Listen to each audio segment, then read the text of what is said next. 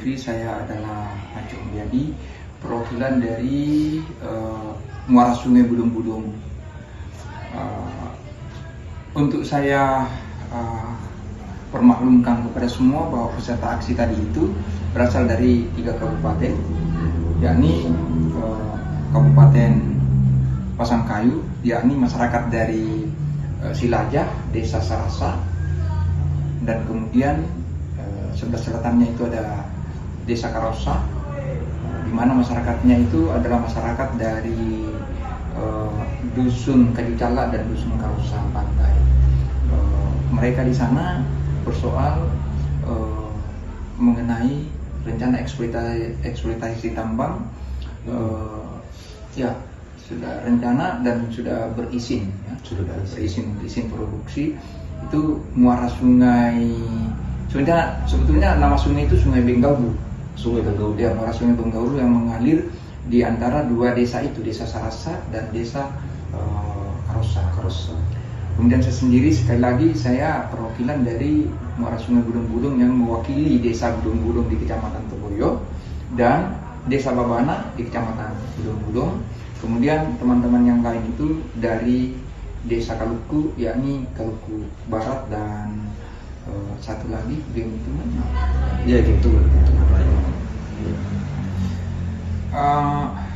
Jujur, untuk aksi tadi kami sangat kecewa sekali. Saya pribadi dan juga peserta aksi yang lain sangat kecewa sekali karena kami merasa telah dibohongi oleh pemerintah daerah Provinsi Sulawesi Barat, di mana pada aksi kemarin, aksi tanggal 5, kami telah diberikan janji sepucuk surat yang ditandatangani oleh pelaksana tugas harian Sekda Provinsi Sulawesi Barat. Itu sudah menyatakan bahwa Pak SDK bersedia untuk berdialog pada masyarakat yang terkena dampak dari rencana tambang ini. Lalu kemudian berdasarkan janji itu kami datang. Bukan pekerjaan mudah untuk menjangkau provinsi ini. Kami dari daerah utara yang sangat jauh, meninggalkan pekerjaan, kemudian dengan biaya yang tidak sedikit menurut ukuran kemampuan kami membawa anak-anak, membawa lansia. Mereka kami tidak bisa tahan.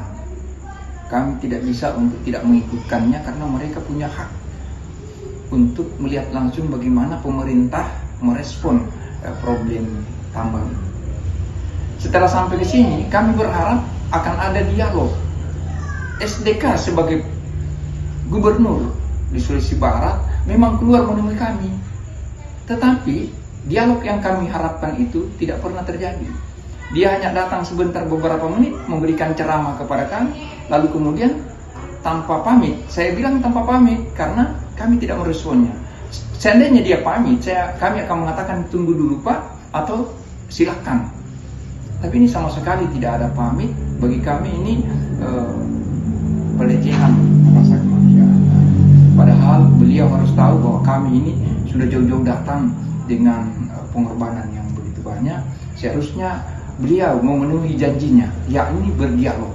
Tadi ini sama sekali tidak ada dialog, dia datang untuk menceramai. Padahal kalau untuk sekedar ceramah saja, kan bisa melalui media sosial, atau bisa kalau pikirannya saja yang mau didengar, kan bisa menyurat saja kepada 3 muara itu, Kaluku, Budung-Budung, dan Karosa.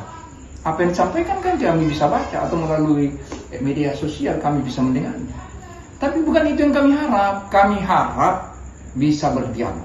Dan ini yang tidak terjadi. Itulah sebabnya mengapa kami merasa dibohongi. Jadi dialog yang dia janjikan tidak pernah berlangsung sehingga tidak ada hasil. Padahal kami ini sudah meninggalkan pekerjaan, menempuh jarak yang tidak pendek. Jadi Pak SDK hadir hanya sekedar berceramah saja. Beberapa menit. Lalu kemudian pergi begitu saja. Tanpa adanya pamit. Iya.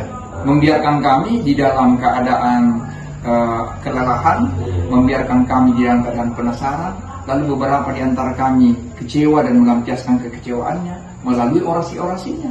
Lalu dengan orasi-orasi itu kami ya sempat dikriminalisasi, ada yang sempat ditangkap. Alhamdulillah dapat dibebaskan kembali melalui perjuangan berat. Akhirnya kami harus kemalaman pulang karena harus melepaskan dulu peserta aksi yang ditangkap itu.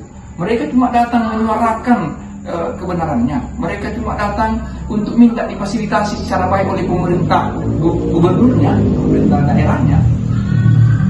Bukan kriminal. Kami hanya untuk bertahan hidup saja dan mau berdialog secara sehat dan baik kepada pemerintah. Menuangkan unek-unek itu juga sulit bagi kami rakyat ini. Padahal semestinya jika Pak SDK masih memiliki nurani kemanusiaan, mesti mempertimbangkan bagaimana pedihnya kami. Di rumah tidak ada beras yang kami tinggalkan. Sebulan dari sini kan kami masih bersoal apa yang mau dimasak. Kami masih kelaparan. Tapi itu tidak pernah dipertimbangkan. Jadi sekali lagi ya kami sudah merasa dibohongi. Dan kemudian kami sangat berharap Sorry Duka sebagai pemerintah daerah bisa lebih terketuk nuraninya, nurani kemanusiaannya, untuk bisa melihat ya, secara hati ya, bisa melihat secara hati keadaan dan kondisi kami. Jika Pak Gubernur itu memiliki pertimbangan kemanusiaan yang lebih baik, maka saya mengatakan bahwa Pak Gubernur itu lebih memiliki peluang, lebih longgar waktunya untuk mendatangi kami, melihat langsung kondisi kami, melihat langsung kondisi Tiga Muara itu. Seharusnya beliau datang. Beliau datang, ya paling tidak ada biaya untuk mendatangi kami. Sedangkan kami harus kerja berhari-hari, mengumpulkan biaya untuk bisa datang ke provinsi, untuk bisa datang di kantornya. Dalam jumlah yang banyak. Beliau tersedia anggaran, tersedia fasilitas untuk mendatangi